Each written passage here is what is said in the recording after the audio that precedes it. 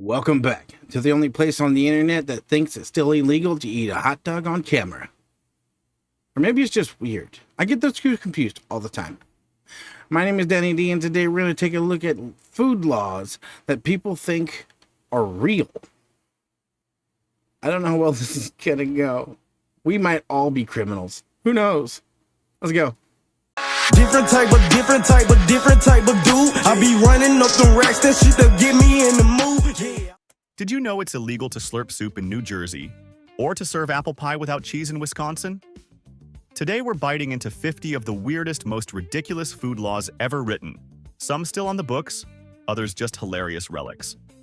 Grab a legal snack and let's dig in. A legal snack. I got one. In Gainesville, Georgia, the poultry capital of the world, it is illegal to eat fried chicken with anything other than your hands. This isn't just some dusty old rule. It's a point of city pride. The ordinance was passed in 1961 as a publicity stunt to promote the city's chicken industry, and they have fully committed to the bit. They've arrested people for the violation, including a 91-year-old tourist in 2009. The mayor, of course, promptly pardoned her, explaining that they just want people to enjoy their chicken the Gainesville way. It's a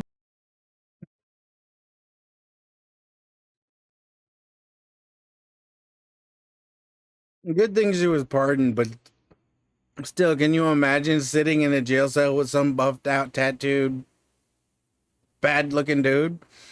Yeah. What you in for? Murder. Robbery. You. I ate chicken the wrong way. Why? brilliant piece of marketing disguised as a law. 2. In the United Kingdom, a 1986 law makes it illegal to handle a salmon in suspicious circumstances. This is, without a doubt, the most wonderfully British law ever written. What exactly constitutes a suspicious circumstance for a salmon? That's what I'd like to know. How would you determine?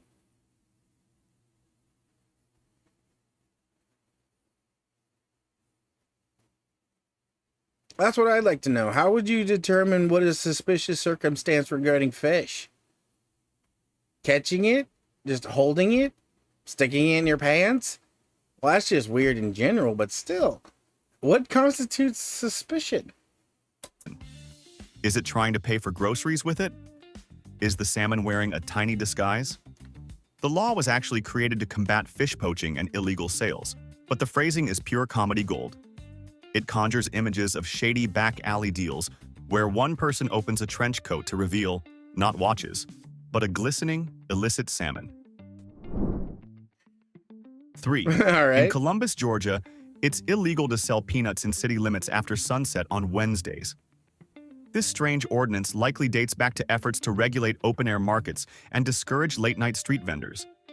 But the wording is so specific it almost feels personal, as if a city official once got woken up by someone noisily hawking boiled peanuts at 11 p.m. and decided enough was enough. It's a charmingly petty piece of food legislation that still raises eyebrows to this day. 4. The French government once waged a culinary war on ketchup. In 2011, Why? France passed a law severely restricting the use of the tomato condiment in its school cafeterias. The official reason was to protect the integrity of traditional French cuisine and promote healthy eating among children. Bull. Students are only allowed to have ketchup with one specific dish: French fries, which they are only served once a week. Because nothing says culinary purity like preserving a nation's palate from the horrors of a sweet tomato sauce unless it's on fried potatoes. The logic is wonderfully French. 5. In Wisconsin, a slice of apple pie served in a public restaurant must, by law, come with a slice of cheese. This isn't a friendly suggestion. It was once state statute. While the law is no longer strictly enforced with fines, the cultural expectation is so strong that serving a naked slice of apple pie is practically an act of rebellion. What if you're lactose intolerant? There's a good percentage of the population that are. Or more to the point, what if you just don't like cheese? There's people out there who don't like cheese.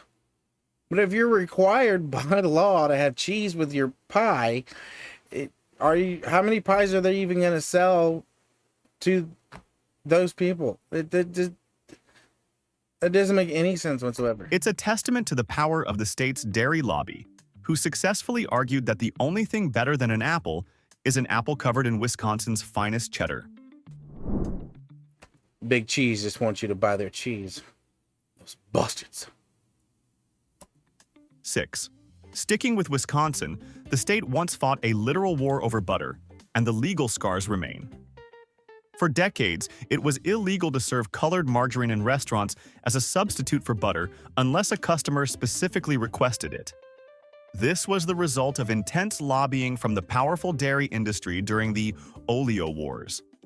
Some states even went so far as to mandate that all margarine be dyed a humiliating shade of pink to prevent any confusion. Wisconsin was the very last state to repeal its ban on colored margarine in 1967. It was a brutal, high cholesterol conflict for the soul of American toast. High cholesterol conflict. 7. In Maryland, it's illegal to mistreat an oyster. The law is wonderfully vague. It doesn't specify what exactly constitutes oyster mistreatment. Is it a crime to insult its shell, to serve it without a proper lemon wedge? To tell it that you think its cousin, the clam, is far more interesting? The rule likely stems from regulations about handling and harvesting, but the phrasing is what makes it a masterpiece. So if you're ever in Baltimore, be polite to your bivalves. You never know who's listening. 8. If you find yourself in a particular city in New Jersey, you might want to suppress your satisfaction. A local ordinance there makes it illegal to slurp your soup. That's right. The universally recognized sound of enjoying a hot bowl of ramen or tomato soup is a punishable offense. This is a bold legislative move against audible enjoyment, presumably passed by someone who really hated dining with their relatives. Finally, a solution to a problem literally no one had. And more to the point, though, isn't it customary in some Asian cultures to slurp? No, it's not rude at all. Like it's a sign of respect or something like that, right? I mean, I'm not completely sure, but I'm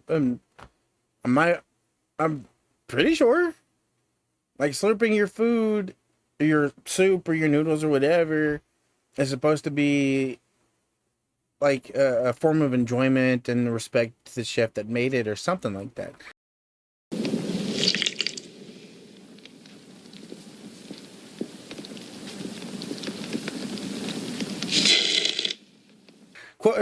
Correct me if I'm wrong. Like seriously, but I'm pretty sure that's what it is, right? 9. In Boston, you better not mess with the clam chowder. A law on the books in Massachusetts makes it a crime to use tomatoes in the recipe for New England clam chowder. The penalty? Forfeiture of all the clams in your possession. This law was born from a fierce regional pride and a deep-seated hatred for the tomato-based Manhattan-style chowder. In the eyes of the Commonwealth, adding a tomato to your chowder is not just a culinary mistake. It's a certifiable food felony. That's stupid. 10. In the famously pristine and wealthy town of Carmel by the Sea, California, it was for many years illegal to eat ice cream while standing on a public sidewalk. This ordinance was created to prevent tourists from dripping their cones and making a mess. The law became so infamous that when actor Clint Eastwood was elected mayor in 1986, one of his first symbolic acts was to repeal it, declaring that ice cream cones were safe once more. Go ahead. Make my day. It's a perfect snapshot of a town so obsessed with aesthetics that a melting scoop of mint chocolate chip was a public menace. 11. In Oklahoma, it is a crime to take a bite out of another person's hamburger. This law isn't about sharing or being polite. It's a statute that protects the sanctity of one's personal burger. While it likely falls under broader laws about destroying someone's property, the specificity is what makes it legendary. This is the ultimate legal defense against that one friend who always says, "Can I just have a bite?" No. And proceeds to unhinge their jaw like a python. In Oklahoma, you can tell them no, and you'll have the full weight of the law behind you. Or your girlfriend who says, "No, I don't want anything," and then when you order, she just takes off your plate. That's a crime now, at least in Oklahoma. 12. Welcome to Marion, Ohio, where it's against a local ordinance to eat a donut while walking backward. There are no historical records explaining You can't tell me what to do and I can't do with my donut. That's my donut. what bizarre series of events led to this rule's creation. It's a solution to a problem that seemingly never existed. Was there a rash of citizens moonwalking into traffic while enjoying a cruller? We may never know. But if you're ever in Marion with a Boston cream, just make sure you're moving forward. It's not just good advice, it's the law. 13. Singapore is famously clean, and it achieved this in part by enacting one of the most notorious food-related bans in modern history, the sale and import of chewing gum. The ban was introduced in 1992 after vandals started sticking their used gum on the door sensors of the city's brand-new mass transit trains, causing constant disruptions. The government didn't mess around. They banned it outright. While the rules have softened slightly to allow for therapeutic or dental gum from a pharmacist, recreational gum is still a no-go. It's an extreme solution, but you have to admit the sidewalks are immaculate. 14. In Little Rock, Arkansas, it is illegal for any person to honk their car horn at a sandwich shop after 9 p.m. Not a restaurant, not a bar, specifically a place that sells sandwiches. This law paints a vivid picture. Imagine a late-night craving for a sub so powerful that you feel the need to announce your arrival with a blast from your horn. The city of Little Rock decided that was a step too far for post-9 p.m. society. The peace and quiet of the cold-cut enthusiast is, apparently, a top priority. 15. Gentlemen, take note. An old city ordinance in Pocatello, Idaho, once made it illegal to give your sweetheart a box of candy weighing less than 50 pounds. While this law is almost certainly a piece of local folklore that's no longer enforced, it's And you know, a woman was behind this. She got pissed off that her boyfriend, husband, whatever, was too cheap to buy the real good candy. So she made a law that you buy cheap stuff, you can buy a lot of it. Women are petty that way. I'm just saying. speaks volumes about a certain go big or go home attitude. This wasn't just about a romantic gesture. It was about ensuring a level of commitment that could be measured in pure, diabetic, coma-inducing weight. That's a dozen cool. roses is nice, but a quarter ton of chocolate is forever. 16. In France, it was for a very long time illegal to name a pig Napoleon. This law was born out of a deep-seated respect for Emperor Napoleon Bonaparte, and a Sure it was. I bet the real law came about because people were naming their pig Napoleon to make fun of Napoleon. Pretty sure. Like 95-ish%. desire to prevent his name from being associated with, well, a pig. Although the law has since been repealed, for over a century it stood as a bizarre legal barrier protecting the dignity of a long-dead ruler. It's a perfect example of how national pride can extend into the most unexpected corners of life, right down. You also got to think how many people name their pig Napoleon that this law had to actually become a thing. Were there hundreds, if not thousands, of pigs being named Napoleon and it just became an issue in general? I have so many questions. Onto the barnyard. 17. Iowa takes its butter very seriously. A state law explicitly makes it an offense to palm off margarine as the real thing. The legal text refers to any substitute as counterfeit butter, which makes it sound less like a dairy product and more like a forged currency. The law demanded that any establishment serving a butter substitute had to display a placard with the words, I can't believe it's not butter. in large, bold letters. It's a clear message. In Iowa, there's butter, and then there's a culinary crime. 18. Some states encourage healthy habits, but Utah took it a step further. While not a mandate for every citizen, the state has a law that makes milk a required component of provisions for any public establishment or institution during a state of emergency. This is part of its emergency preparedness statutes. In essence, if things go south in Utah, you can be sure that alongside the flashlights and first aid kits, there will be a mandated supply of milk. It's a wholesome approach to surviving the apocalypse. Okay. But depending on the situation, you have no way of preserving that milk. State of emergency can be a factor of many things. Say, hypothetically, a tornado comes through, knocks that out of the power, destroys homes, buildings, etc., etc. You have no fridge or freezer to put that in. And if it's bad enough, there's no ice either. What are you going to do with the milk? You can't just leave it out, because in my experience, within like 2-3 hours, it's already gone bad. What is the point in this law? That makes no sense. 19. The city of Mobile, Alabama, is famous for its lively Mardi Gras celebrations, which actually predate those in New Orleans. But amidst the parades and parties, there's a strict rule. It is illegal to sell or use confetti. The city also bans things like silly string. While the ordinance is aimed at making cleanup easier after massive public events, there's a certain irony in a city known for one of America's biggest parties banning one of the most basic symbols of celebration. It's a party, just a very, very tidy one. You're no fun. I get this one to a point. 'Cause I've never heard of Alabama's Mardi Gras. When we've all heard of New Orleans Mardi Gras, but how many of us has actually heard of the Alabama one? I haven't. But let's say this is one of those days.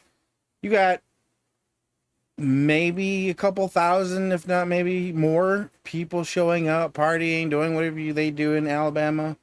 Mardi Gras, throwing confetti all over the place. And then the very next morning, all those poor sanitation workers or street cleaners or whoever got to clean all that up.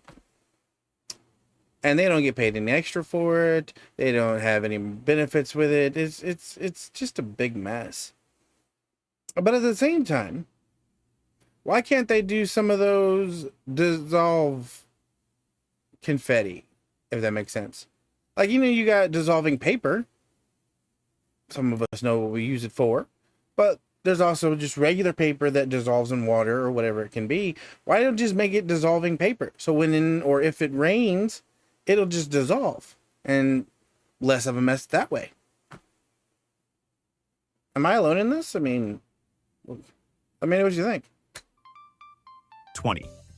In Pennsylvania, some combinations are considered an offense not just to the palate, but to the law. An old and obscure blue law makes it illegal to offer a drink that is a mixture of beer and milk. We're not sure who, if anyone, ever requested. That can't be any good. Just straight up beer and milk? Is that a real cocktail?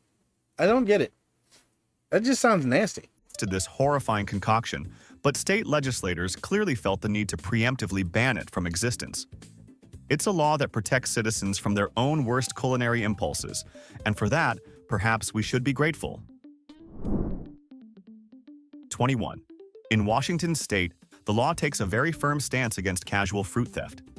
It is explicitly illegal to pick fruit from someone else's tree, a crime charmingly referred to in some legal circles as larceny of fruit. This isn't just about swiping an apple from a neighbor's branch. The law was designed to protect the state's massive commercial orchards from poaching.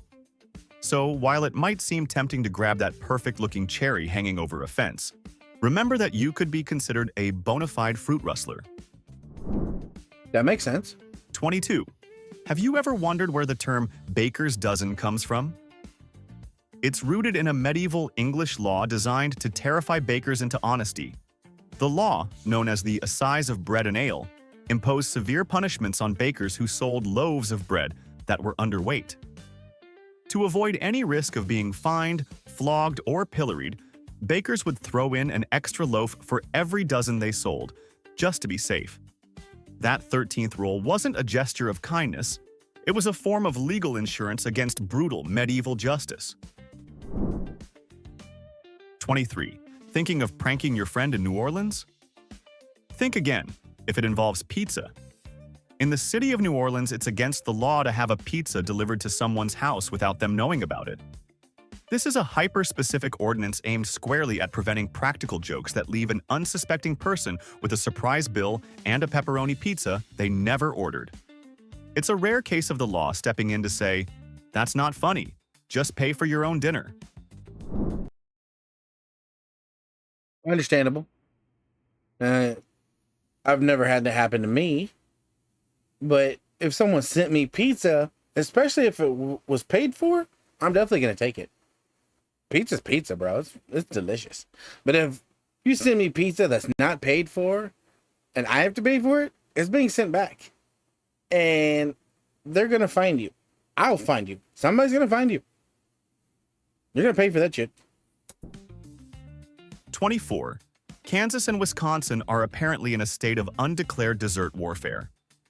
While Wisconsin mandates cheese on its apple pie, a law in Topeka, Kansas makes it illegal to put a scoop of ice cream on top of a slice of cherry pie. There's no clear historical reason for this specific prohibition. Who eats cherry pie? I've never seen anyone eat cherry pie. Apple, peach, pecan, pumpkin. Never seen cherry. It's just a clean, simple, and utterly baffling rule. It's as if the founders of Topeka gathered and decided that while cherry pie was acceptable, the unbridled joy of pairing it with ice cream was a bridge too far. Shame. 25. Shame. In Japan, the law surrounding the pufferfish, or fugu, is a masterclass in culinary terror. This fish contains a neurotoxin so potent it can be fatal if prepared incorrectly. Consequently, it is illegal for anyone without a special government license to prepare and serve fugu. To get this license, a chef must undergo years of rigorous apprenticeship, culminating in a final exam where they must prepare a fugu dish and then eat it themselves. It is the single most high-stakes final exam in the entire culinary world. A passing grade means you get to live. That one actually makes so much more sense than any of the other ones on this list. Because pufferfish is literally the deadliest food you can eat. The neurotoxin, if I remember right, it can kill you in a matter of seconds. And if it's cut or prepared the wrong way, you're dead. So making somebody train for years and take a test to do it makes so much sense. But to my understanding, it doesn't even taste like anything anyway. According to a few videos that I've seen, it's basically just like bland, tasteless fish. And the only reason most people eat it is because it's deadly for you. Some people just need help. 26. In Maine, it's illegal to advertise on tombstones, even for food. At one point, clever marketers tried to slap ads on gravestones in a bid to reach cemetery visitors. After some rather tasteless campaigns involving soda and candy brands, the state legislature stepped in to ban the practice outright. The law now explicitly prohibits any commercial signage on headstones, keeping burial grounds free from intrusive ads, even if your sweet tooth is eternal. 27. For decades, the United States has had a complete ban on one of Scotland's most iconic national dishes, haggis. Since 1971, it has been illegal to import authentic Scottish haggis into the U.S. The reason? One of its key traditional ingredients disgusting. is sheep's lung. The USDA has deemed livestock lungs to be an inedible food product, unfit for human consumption. This has created a permanent Explain liver. I bet you can't. And I'm pretty sure sheep lung might be not much better, but a little better than liver. Because liver's disgusting, and it's not fit for human consumption, yet they sell that like it's... Why? I need to know. It's nasty. culinary blockade, forcing Scottish expats and curious foodies in America to settle for lungless, and therefore inauthentic, versions of the delicacy. 28. In Tennessee, there is a law that makes it a crime to sell, or even possess with intent to sell, a hollow log. This sounds like the government waging war on beavers, but the real target What? was much more clever. During the Prohibition era, bootleggers and moonshiners famously used hollowed-out logs to transport and hide their illicit liquor. The law wasn't That's what I was about to say. It sounds like a good product. Whereas maybe you're trying to hide something, or you want to, like a safe, basically, right? So you sell a piece of wood that's hollowed out, you can stick something in it, and nobody will know the wiser. But during Prohibition times, I can see why this law is a thing. about the logs themselves. It was a brilliant, indirect way to disrupt the illegal alcohol trade by criminalizing one of its primary tools of concealment. Wood. 29. Canada has a very specific vision for your breakfast. It's illegal there to sell margarine that isn't fortified with vitamin A and vitamin D, and it must be a specific shade of yellow. The same goes for milk. This isn't a suggestion, it's the law. The government essentially decided that these foods in their natural state weren't nutritious enough for the Canadian public. It's a paternalistic approach to public health, where your butter substitute is legally required to take its vitamins. 30. Colonial Connecticut was the Silicon Valley of counterfeit spices. Peddlers from the state became so notorious for selling fake nutmeg made out of carved wood that the phrase wooden nutmeg became slang for any kind of fraud. The problem was so widespread that Connecticut eventually had to pass laws specifically making it illegal to sell fake nutmeg. It's one of the earliest examples of consumer protection legislation in America, all because people couldn't stop whittling fake spices. How do you make fake nutmeg? Like, is it just like a pecan or a nut carved out of wood? Is that what it was? Because in my head, I'm thinking it's just ground up or wood shavings, basically. But, I mean, I guess if you've never seen it before, you would know the difference. But I don't know. 31. Let's talk about the world's most dangerous cheese. In Sardinia, Italy, there exists a traditional sheep milk cheese called Casu Marzu. Its defining feature is that it's intentionally infested with live insect larvae. These maggots digest the fats in the cheese, fermenting it to a point of near liquefaction. It's considered a delicacy, but because of the obvious health risks, like the larvae surviving in your intestine, it is illegal to sell under European Union food hygiene regulations. This has driven the cheese underground, turning it into a black market delicacy that you can only find if you know a guy.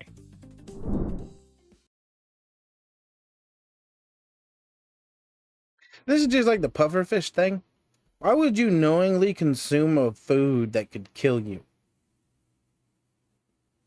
And even more so, a cheese like this, where the larvae, the insects, it can get into your intestines and then make your health and your just life a living hell. But people do it willingly, and it makes no sense. I don't understand people. He died doing what he loves to do. 32.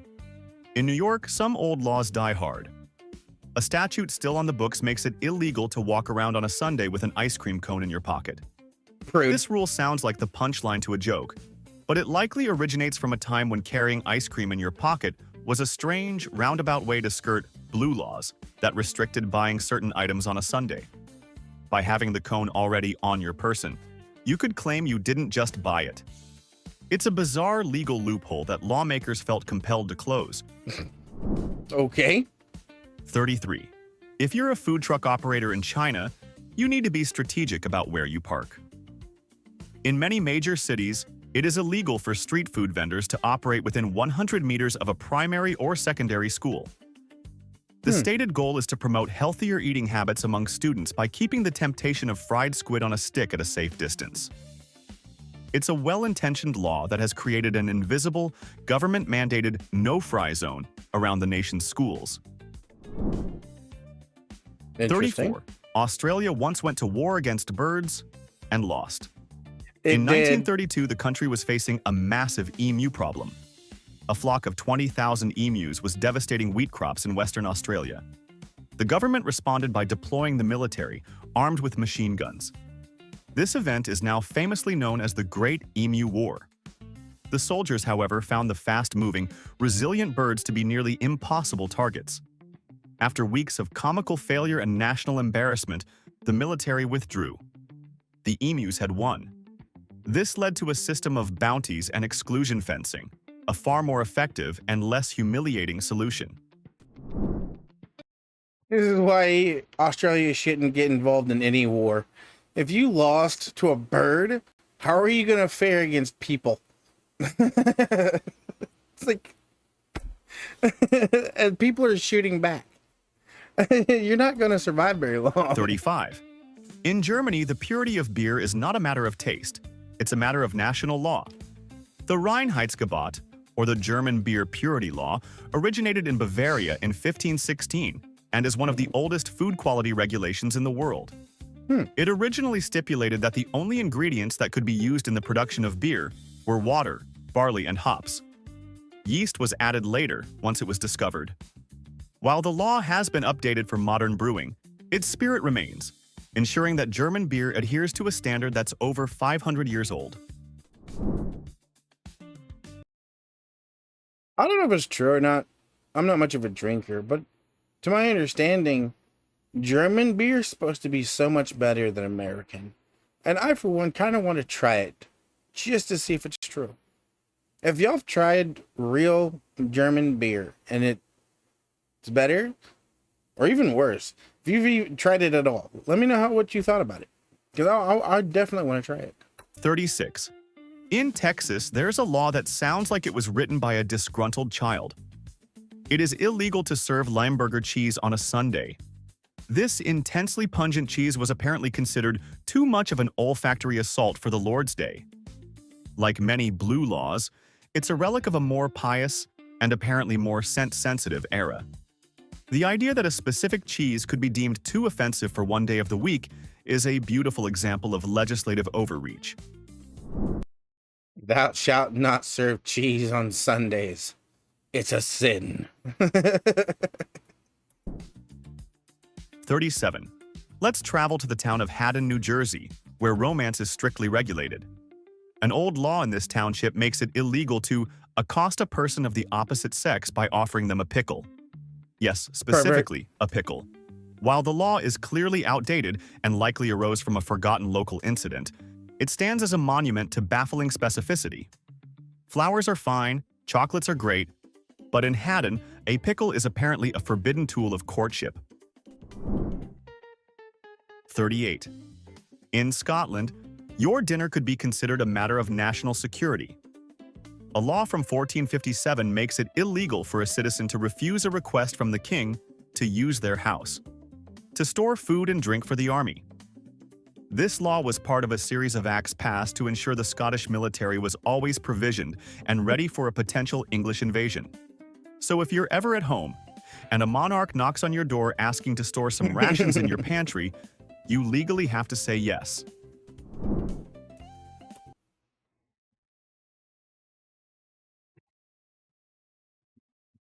"39.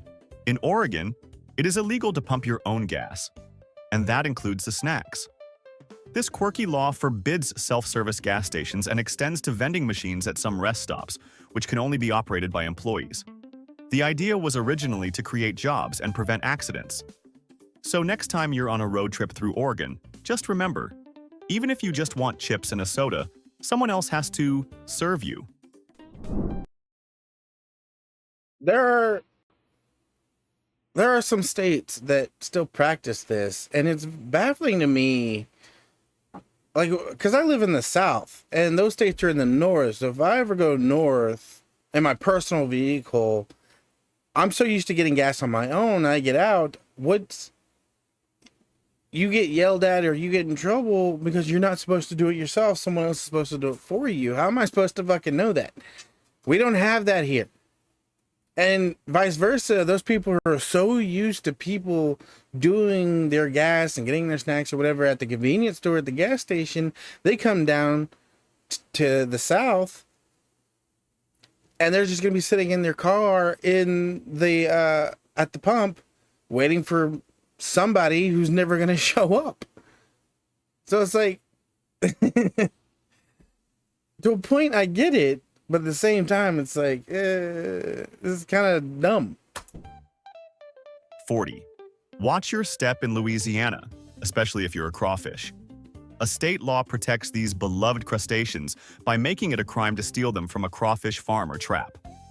The crime is known as crawfish theft and can carry some surprisingly hefty penalties, including fines and jail time. And the death penalty. In Louisiana, crawfish aren't just food. They're a cornerstone of the culture and economy. Messing with someone's crawfish boil is one thing, It's a big but pot. messing with their supply is a serious offense. 41. Thinking of having a pizza delivered by air? Not so fast. The Federal Aviation Administration in the United States has very strict rules about operating drones for commercial purposes, including food delivery. Getting certified is a complex and expensive process. This means that while companies are experimenting with it, your dream of having a pepperoni pizza descend from the heavens into your backyard is tangled in a web of federal aviation regulations. It's a classic case of technology moving faster than bureaucracy. The future is here, it's just waiting for the right paperwork. To be fair, everything moves faster than bureaucracy. Everything.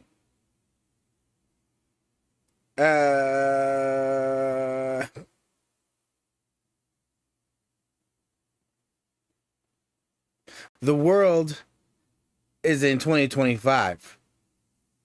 The government and bureaucracy and all the legislation, they're still in the year 2000. And there's no reason for it. 42. In Sweden, it's illegal to name a restaurant dish something that misleads the customer. The Swedish Food Agency strictly enforces truth in labeling rules, even for menus. In one infamous case, a chef was fined for calling a vegan burger a beef burger, in quotation marks, claiming it was ironic. The court disagreed, ruling that diners shouldn't be confused or misled about what's on their plate. It's an unexpectedly serious approach to keeping menus honest.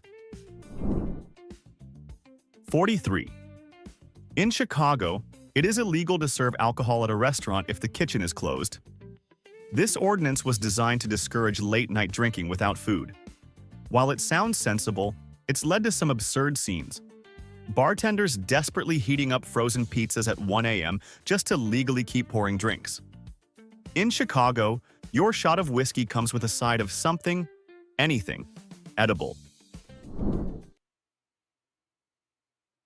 Smart, but at the same time, why is the restaurant open if the kitchen's closed? It's not a bar. It's a restaurant. You serve food. If the kitchen's closed, you can't serve food, so close the restaurant. Does that just make sense to me, or? 44. The phrase, "there's no such thing as a free lunch," wasn't just a clever economic saying. It was born from actual laws.